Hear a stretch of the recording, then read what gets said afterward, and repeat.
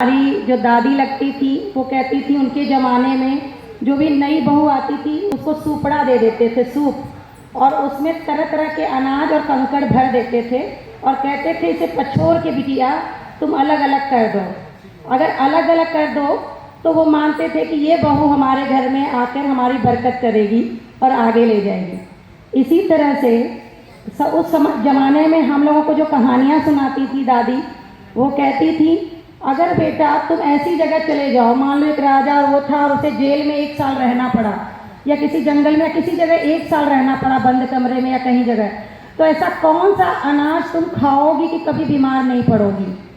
तो हम लोग बहुत परेशान रहते थे कि ऐसा क्या खा सकते हैं। तब उसका जवाब था चना। कहते थे चने की उगा के हम सब्जी भी बना सकते हैं, चने को भिगोकर हम खा भी सकते हैं, चने में प्रोटीन भी है, फाइबर भी है।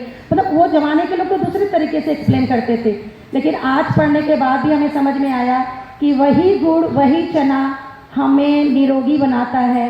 और चाहे एडोलेसेंट के प्रिवेंशन ऑफ एनीमिया हो, चाहे बड़ों के चाहे बुजुर्ग के, वही लोहे की कढ़ाई है जिसमें हमें वही चना और वही गुड़ मात्र चाहिए और कुछ भी नहीं, हेल्दी और निरोगी रहने के लिए। वही पत्तियां हरी चाहिए जो हमारे आयरन को बढ़ाए, और वही 7 servings of fruits and vegetables चाहिए जो हमें तमाम बीमारियों से, मानसिक शारीरिक बीमारियों से दूर करे।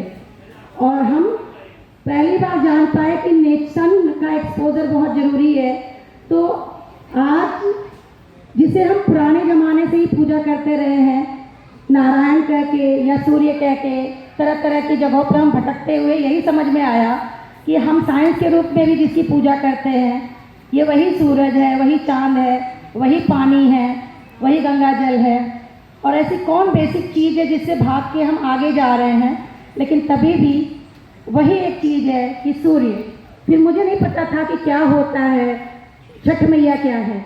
हमेशा जब तक मेरे पिताजी गए उन्होंने कहा माँ तुम्हारी भगवान है, तो माँ के अलावा मैंने किसी और के बारे में जानने की कोशिश